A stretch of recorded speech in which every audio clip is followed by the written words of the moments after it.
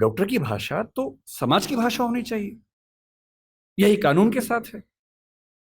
हमारी जुडिशरी इतना जबरदस्त जुडिशियल फ्रीडम, जुडिशियल इंडिपेंडेंस, संविधान का मूल ढांचा है, सब बातें बढ़िया हैं। पर जिस देश की आबादी में 2,70,000 लोग अंग्रेजी मातृभाषा वाले हों, उस देश का सुप्रीम कोर्ट सारे निर्णय अंग्रेजी में ही देगा, ये कहाँ का लोकतंत्र है? यहाँ आपका जो जुडिशियल इंडिपेंडेंस है या जुडिशियल रिस्पॉन्सिबिलिटी है, वो कहाँ चली जाती है उस समय? आपके सुप्रीम कोर्ट में मधु लिमये नाम के व्यक्ति जिद करते हैं कि मैं हिंदी में अपनी बात रखूंगा। आप उनको परमिशन देने के बाद नकार देते हैं कि हमसे गलती हो गई, ऐसा नहीं कर सकते हैं। मेरे देश में, मेरे सुप्रीम कोर्ट में अपनी भाषा में आप बोल भी नहीं सकते।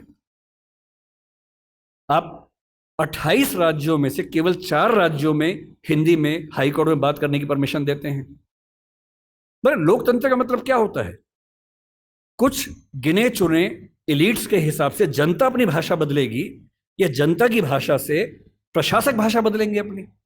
अगर लोकतंत्र है तो लोकतंत्र में जनता की भाषा ही केंद्र में होनी चाहिए, कोई और भाषा केंद्र में कैसे हो सकती है? पर हम लोग इतने आदी हो चुके हैं, हम स्लेव मेंटेलिटी के इतने अभ्यस्त हो चुके हैं कि हम ये प्रश्न कभी नहीं करते। हमारे सुप्रीम कोर्ट के चीफ जस्टिस या कोई जज हिंदी में क्यों नहीं बात कर पाते? और नहीं कर पाते, मैं फिर बार बार कह रहा हूँ, मामला सिर्फ हिंदी का नहीं है। मेरी इच्छा है कि सुप्रीम कोर्ट के बहुत सारे जजेस में कुछ को तमिल ठीक से आती हो, कुछ को तेलुगु अच्छे से आती हो, कुछ को मराठी आती हो, कईयों को हिंदी आती हो। और बेंच का फैसला करते हुए ये भी एक पॉइंट ध्यान में रखा जाए कि मामला कहाँ का है और उस मामले में ऐसे जज को प्राथमिकता मिले जो उस भाषा को जानता हो, ताकि केस मेरा है, मुझे हिंदी आती है, मेरा वकील अंग्रेजी में कुछ कुछ बोला, जज ने कुछ कुछ बोला, फैसला हो गया, मुझे पता ही नहीं कि क्या हुआ, और इतना में पुलिस आके मुझे ले गई और मैं परेशान हूं कि हुआ क्या। मेरे मामले के किसी प्रसंग में मेरी भूमिका ही नहीं है, क्योंकि सारी प्रक्रिया दो ऐसे व्यक्तियों के बीच में चल रही है जिनके पास एक भाषा है जो मेरी भाषा नहीं है, जबकि मामला मेरा है, और कहने को लोकतंत्र है। ये लोकतंत्र नहीं है, ये भाषा के स्तर पर तानाशाही है, बुरी चीज है। और मैं जब भी ये बात कहता हूं, बार बार कहता हूं, ज्ञान की भाषा के तौर पर अंग्रेजी का सम्मान करना जरूरी है, क्योंकि रिसर्च आप उसके बिना नहीं कर पाएंगे। बहुत मामलों में सीखने की जरूरत है, उससे भी, जापानीज से भी, फ्रेंच से भी, सबसे सीखने की जरूरत है। लेकिन आपके देश के सुप्रीम कोर्ट में, हाई कोर्ट में आपकी भाषा में बात ना होती हो, ये बुरी बात नहीं है, शर्मिंदगी की बात है। हमें एक समाज के तौर पर शर्म आनी चाहिए, ये उससे कम बात नहीं है। इसलिए जब कोई मुझसे कहते कि राजभाषा के तौर पर आपकी क्या कल्पना है, 14 सितंबर का दिन आज है, हम आज के दिन ये सेमिनार क्यों कर रहे हैं? 14 सितंबर 1949 को शाम को 6 बजे एक फैसला हुआ था। एक अजीब सी अफवाह लोगों ने उड़ा रखी है। कहते हैं कि 14 सितंबर को मतदान हुआ कि भारत की राजभाषा कौन सी होनी चाहिए, हिंदी या अंग्रेजी। वोटिंग हुई, आधे वोट हिंदी के पक्ष में उठे, आधे अंग्रेजी के पक्ष में उठे, एकदम बराबर हो गया। कई लोग संख्या बोलते हैं, 77-77 हो गया। और तब स्पीकर ने, डॉक्टर राजेंद्र प्रसाद ने अपना कास्टिंग वोट दिया, क्योंकि उनके पास अधिकार है कि वोट डाल सकते हैं लास्ट में अगर बराबर हो जाए तो, हिंदी के पक्ष में दिया, और इससे हिंदी भारत की राजभाषा हो गई। इससे बड़ा कोई झूठ नहीं है। ऐसा कुछ नहीं हुआ था संविधान सभा में, सफेद झूठ है। 12 सितंबर को शाम 4 बजे इस मुद्दे पर बहस शुरू हुई। संविधान सभा की डिबेट्स पढ़ के देखिए, 180 पेज की डिबेट है राजभाषा की, 180 पेज, एक दो पेज का मामला नहीं है। संविधान सभा के वॉल्यूम 9 में ध्यान से पढ़िए, पेज नंबर लगभग 1130 से 1390 के आसपास का मामला है। 180 पेज की डिबेट है, उसमें खूब मुद्दे हैं, छोटी मोटी वोटिंग हो रही है के मामलों में। संविधान सभा का बेसिक उसूल था कि अंतिम रूप से वोटिंग नहीं करेंगे, सहमति से काम करेंगे। वोटिंग बीच बीच में होती रही। पहला विवाद यह था कि राजभाषा कौन सी हो, हिंदी हो कि अंग्रेजी हो या हिंदुस्तानी हो। अंग्रेजी पर तो बात थी नहीं, हिंदी या हिंदुस्तानी। महात्मा गांधी हिंदुस्तानी कहते थे, पर 1949 में वो थे नहीं। उनका हिंदुस्तानी का मतलब था हिंदी उर्दू का मिक्सचर, जो देवनागरी और फारसी में लिखी जा सके। दूसरा स्कूल ऑफ थॉट हिंदी की बात करता था। अंत में सहमति बनी, हिंदी ही भारत की राजभाषा होगी। राजभाषा यानी सरकारी कामकाज की भाषा। दूसरा सवाल था कि लिपि कौन सी हो, देवनागरी हो, कुछ ने कहा कि देवनागरी और फारसी हो, कि हिंदी को फारसी में भी लिख सके। कुछ ने कहा देवनागरी और रोमन हो, हिंदी को रोमन में जैसे व्हाट्सएप में लिखते हैं वैसे लिख सके। खूब विवाद हुआ, अंत में हुआ कि देवनागरी ही लिपि होगी। तीसरा विवाद यह हुआ कि जो अंक हैं हिंदी वाले, जो 1 से 0 से 9 तक के अंक हैं, वो हम अंग्रेजी के ढांचे में लिखेंगे या हिंदी के ढांचे में लिखेंगे। इस पर मतभेद था सबसे ज्यादा, इस पर वोटिंग में बराबरी हुई थी। और अंत में वोटिंग से नहीं, संविधान सभा के बाहर की बातचीत में समझौता हुआ। मुंशी साहब थे, के एम मुंशी थे, आयंगर साहब थे, उनकी बातचीत में समझौता हुआ कि ठीक है, अंतर्राष्ट्रीय अंक मान लेंगे। और उसके बाद गहमा गहमी के बाद 2 घंटे की रिसेस के बाद 14 सितंबर शाम 6 बजे आखिरी सेशन इस मामले पर हुआ, 2.5 दिन की बहस के बाद। और तब ध्वनि मत से बिना किसी वोटिंग के प्रस्ताव पारित हुआ कि हिंदी भारत की राजभाषा होगी, देवनागरी उसकी लिपि होगी और अंकों का अंतर्राष्ट्रीय स्वरूप उसका स्वरूप होगा। इस झूठ को मन से निकाल दीजिए। ये झूठ मैंने भी 1000 बार सुना था अपने अध्ययन के दौरान, हमारे अध्यापकों को भी ऐसा लगता था, मुझे भी ऐसा लगता रहा कई साल तक। संविधान सभा की डिबेट्स बढ़ी तब समझ में आया कि ये भ्रांति है, ऐसा कुछ नहीं हुआ था। पूरी सहमति के साथ भारत की राजभाषा हिंदी बनी थी 14 सितंबर को, और इसलिए आज के दिन को हम लोग हिंदी दिवस मानते हैं।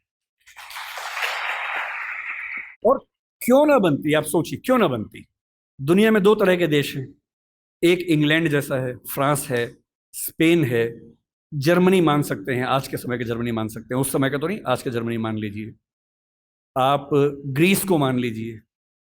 ये सब देश वो हैं जो एक देश एक भाषा वाले लोग हैं। बांग्लादेश को मान लीजिए, बांग्ला बोलते हैं, एक देश एक भाषा है। पर कुछ देश ऐसे होते हैं जहां एक भाषा नहीं होती है। स्विट्जरलैंड में देखिए, छोटा सा देश है, 3 राजभाषाएं वहां पर हैं। बेल्जियम में देखिए, छोटा सा देश है पर वहां भाषाएं एक से ज्यादा चलती हैं। तो उस समय एक डिबेट थी कि भारत का मॉडल कौन सा होगा। क्या हम इंग्लैंड, फ्रांस, जर्मनी के मॉडल पे चलेंगे, या हम स्विट्जरलैंड और बेल्जियम के मॉडल पे चलेंगे।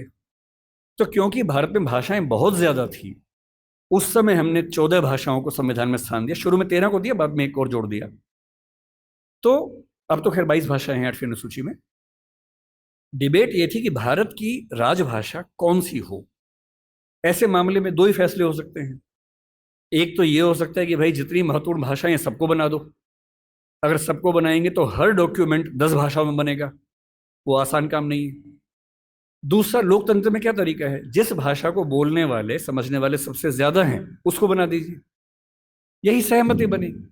स्वाधीनता संग्राम में हिंदी को राष्ट्रभाषा, राजभाषा बनाने की बात किन लोगों ने की, आपने कभी गौर किया है?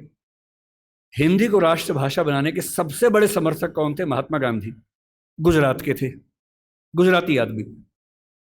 के एम मुंशी गुजरात के थे, पटेल गुजरात के थे, आज भी गुजरात के 2 लोग लगे हुए हैं। हिंदी को भारत की राष्ट्रभाषा बनाने की जो बात आई है, हिंदी समाज से ही नहीं आई है। महात्मा गांधी गुजराती व्यक्ति होकर हिंदी के पक्ष में सबसे ज्यादा अड़े हुए थे। महाराष्ट्र में तिलक थे, सावरकर थे, वो मराठी की बात नहीं कर रहे, वो हिंदी की बात कर रहे थे। पंजाब में लाला लाजपत राय थे। आप बंगाल में जाएंगे, केशव चंद्र सेन से परंपरा शुरू होती है, सुभाष चंद्र बोस तक परंपरा जारी है, वो सब हिंदी की बात कर रहे हैं। पूरे भारत में, दक्षिण भारत तक में ये सहमति बन गई थी। महात्मा गांधी ने पूरी एक संस्था खड़ी की, दक्षिण भारत हिंदी प्रचार सभा, कितने साल तक काम करते रहे वहां पर। एक सहमति बनाई पूरे देश में, क्योंकि इतना बड़ा स्वाधीनता आंदोलन बिना एक भाषा के नहीं चल सकता। बेबीलोन की कथा बन जाती, बाबेल जैसी, कि सब लोग अलग भाषाएं बोलते हैं, लड़े कैसे अंग्रेजों से।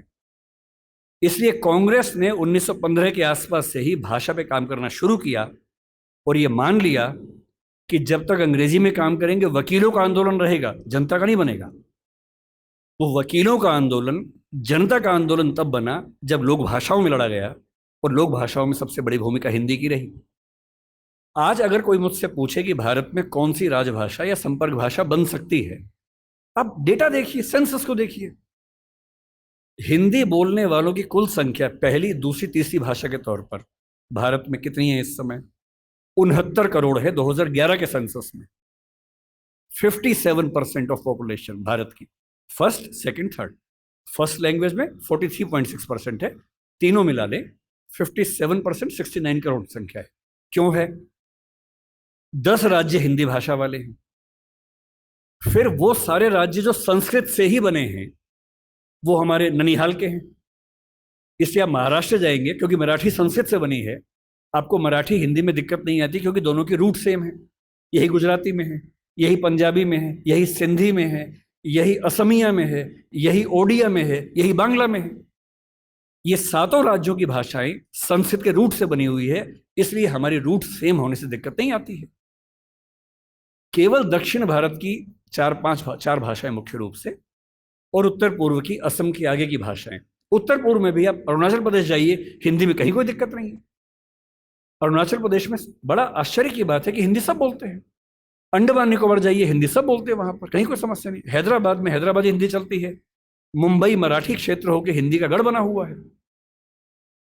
और जो दक्षिण के 4 राज्य हैं उनमें भी, क्योंकि 10वीं क्लास तक हिंदी आमतौर पर स्कूल में पढ़ाई जाती है, तमिलनाडु में कुछ गांवों को छोड़ देंगे, मैं पूरा भारत ठीक से घुमा हुआ है और मुझे आज तक हिंदी से काम चलाने में दिक्कत नहीं आई। 69 करोड़ की आबादी, 121 करोड़ में से आज 145 करोड़ हैं। ये संख्या मिनिमम आप मान के चलिए कि 75 करोड़ के आसपास होने वाली, 80 करोड़ होने वाली है। इस 69 करोड़, अगर मैं 2011 की बात मान लूं, तो तुलना में कौन है? नंबर 2 पर कौन आता है? बांग्ला। हिंदी में कितना है? 57% है। बांग्ला में कितना है? 9% है। आप किसे बनाएंगे राजभाषा भारत की? संपर्क भाषा किसे बनाएंगे? 57% के बाद सीधा 9% है। नंबर 3 पे मराठी आती है, अभी आ गई है। पहले नंबर 3 पे तेलुगु थी, अब मराठी आ गई है। कितना है? 8.7% है। नंबर 4 पर तेलुगु है, 8% के आसपास है। यानी एक भाषा बोलने वाले 57% हैं, नंबर 2 वाले 9, 8.7, 8, 6, 4, 3। क्या लोकतांत्रिक तरीके से कोई कंपटीशन बनता है किसी तरह का? और संपर्क भाषा संविधान लिखे या ना लिखे, संविधान में लिखा भी नहीं है। संविधान में कहीं नहीं लिखा कि भारत की संपर्क भाषा कौन सी है, ना लिखा है भारत की राष्ट्रभाषा कौन सी है, केवल लिखे भारत की राजभाषा कौन सी है। 14 सितंबर को हुआ था, उस समय आर्टिकल 301 था, लेकिन जब संविधान फाइनल हुआ तो आर्टिकल 343 से 351 तक का हिस्सा, जो अंतिम प्रारूप संविधान का बना, उसमें राजभाषा का है। भाग 17 है, जो प्रारूप में भाग 14 था। इसलिए हमें डरने की जरूरत नहीं है। हम स्वाभाविक तौर पर भारत के भाषा के डेमोग्राफी के नक्शे में सबसे बुलंद आवाज हैं, तो हमारी आवाज की पहचान होनी चाहिए। हमें खौफ किस बात का होना चाहिए? क्यों मिरांडा बनने की जरूरत है भाई? अपने धौस में रहिए, आत्मविश्वास से भर के रहिए। और इसलिए आप भारत में कहीं चले जाइए, भारत का हर ऑटो वाला, टैक्सी वाला अपनी भाषा और काम चलाऊ हिंदी जानता है, क्योंकि उसको पता है कि भारत में काम करने के लिए बहुत मुफीद है, सहज है कि हिंदी आ गई तो अब सबसे काम चला लेते हैं और इसी हिंदी संपर्क भाषा बनती है। राष्ट्रभाषा की पदवी संविधान में नहीं है। हमें उसकी ऐसी जिद नहीं करनी चाहिए, क्योंकि हम पर एक आरोप है, हमें उससे बचना चाहिए। हमें भाषा का सम्मान करना है, दूसरी भाषाओं का अपमान नहीं करना है। हमें भाषा के लिए संघर्ष उस तरह से नहीं करना कि सबको काट देंगे, मार देंगे। हमें यह नहीं कहना कि अंग्रेजी खत्म करो, तेलुगु खत्म करो, तमिल खत्म करो, नहीं। सबके साथ रहना है। जैसे संसदीय व्यवस्था में प्रधानमंत्री सारे मंत्रियों के बराबर, किंतु उनसे एक पायदान ऊपर होता है, क्योंकि वो डिवीजन करता है। ठीक वैसे भारत की सारी भाषाएं राष्ट्रीय भाषाएं। तमिल भी राष्ट्रभाषा है भाई, तेलुगु है, मराठी है, कन्नड़ है, असमिया है, सब राष्ट्रभाषाएं हैं। इन सब में सबसे ज्यादा हमारी भाषा बोली जाती है, तो सिंबॉलिकली हम थोड़े ज्यादा राष्ट्रभाषा है, क्योंकि पूरा राष्ट्र हमें समझ पाता है। पर जिस दिन आपने ये तेवर अपना हटा लिया, अभी तेवर क्या है? आप बीच बीच में बाकी भाषाओं के खिलाफ खड़े हो जाते हैं।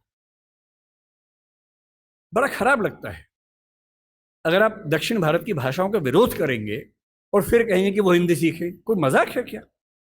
आत्मसम्मान क्या केवल हम में होता है, उनमें नहीं होता है? एक भी व्यक्ति का आत्मसम्मान बिल्कुल भी प्रभावित ना हो, अगर इस तेवर के साथ अपनी भाषा को आगे लेके बढ़ेंगे तो भाषा आगे बढ़ेगी। हिंदी को संविधान सभा ने और संसद ने कम बढ़ाया है, शाहरुख खान ने ज्यादा बढ़ाया है, अमिताभ बच्चन ने ज्यादा बढ़ाया है, और आज की दुनिया में तेवर बदला है, उसका जिक्र भी करता हूं। इसलिए अगर आप चाहते हैं कि हिंदी सच में राष्ट्रभाषा बने, राष्ट्रभाषा संविधान में कोई शब्द नहीं है। गुजरात हाईकोर्ट ने 2010 में स्पष्ट निर्णय दिया है कि राष्ट्रभाषा की धारणा भारतीय संविधान में कहीं नहीं है। राष्ट्रभाषा होती है राष्ट्र की आत्मा की भाषा, और आत्मा की भाषा संविधान से नहीं बनती है, आत्मा से बनती है, बातचीत से बनती है, संवाद से बनती है, सहमति से बनती है। अगर आप सच में चाहते हैं कि तमिलनाडु, केरल, आंध्र प्रदेश, तेलंगाना, कर्नाटक, नागालैंड, त्रिपुरा, मिजोरम, मेघालय के लोग हिंदी सीखें, तो बड़े होने का फर्ज निभाइए, आगे बढ़ के उनकी भाषा सीखिए। इसी को त्रिभाषा फार्मूला कहा गया था, 1948 में पहली बार कहा गया था, और बेल्जियम और स्विट्जरलैंड से ही प्रेरणा ली गई थी। 1968 में संसद ने प्रस्ताव पारित किया त्रिभाषा फार्मूले के लिए, पर हमने उसको ठीक से अपनाया नहीं। मैं कल्पना करता हूं कि हिंदी समाज के लोग अपने स्कूलों में, कॉलेजेस में, अगर दक्षिण की 5 में से कोई एक भाषा, या उत्तर पूर्व की कोई एक भाषा, या बांग्ला मान लीजिए, इतनी भर सिखा दें। मुझे दुख है कि मैं नहीं सीख पाया, हमारे स्कूल में ऐसा नहीं था। तीसरी भाषा के नाम पे संस्कृत सिखाई गई। मैं संस्कृत का बहुत सम्मान करता हूं, लेकिन तीसरी भाषा के तौर पर संस्कृत सिखाई जाए, इस नीति के पक्ष में नहीं हूं, क्योंकि इससे वर्तमान में हमारा भला नहीं हो रहा। वर्तमान में भला तब होता जब मुझे मराठी सिखाते, या तमिल सिखाते, या मेघालय की भाषा सिखाते, और मैं कम से कम तमिलनाडु जाके वहां के ऑटो वाले से तमिल के 4 वाक्य बोल देता, तो वो कहता कि अरे वाह क्या बात है यार, फिर कहता कि मैं भी हिंदी सीखूंगा। अभी उसको लगता है कि वाह बेटा तुम तो सीखोगे 2, हम सीखेंगे 3। और इसलिए जब तक हम थोड़ा आगे बढ़कर उन भाषाओं को नहीं अपनाएंगे, तब तक ये उम्मीद करना कि वो हमारी भाषा को अपना लेंगे, जबरदस्ती की बात है। और जबरदस्ती हिटलर की नहीं चली तो हमारी क्या चलेगी? ना किसी की चली है, ना दुनिया में चलेगी। ये मान के चलिए, लोकतंत्र का जमाना है, समझा बुझाकर, संवाद से, बातचीत से फैसले होंगे, फैसले जोर जबरदस्ती नहीं होंगे। आजकल एक नए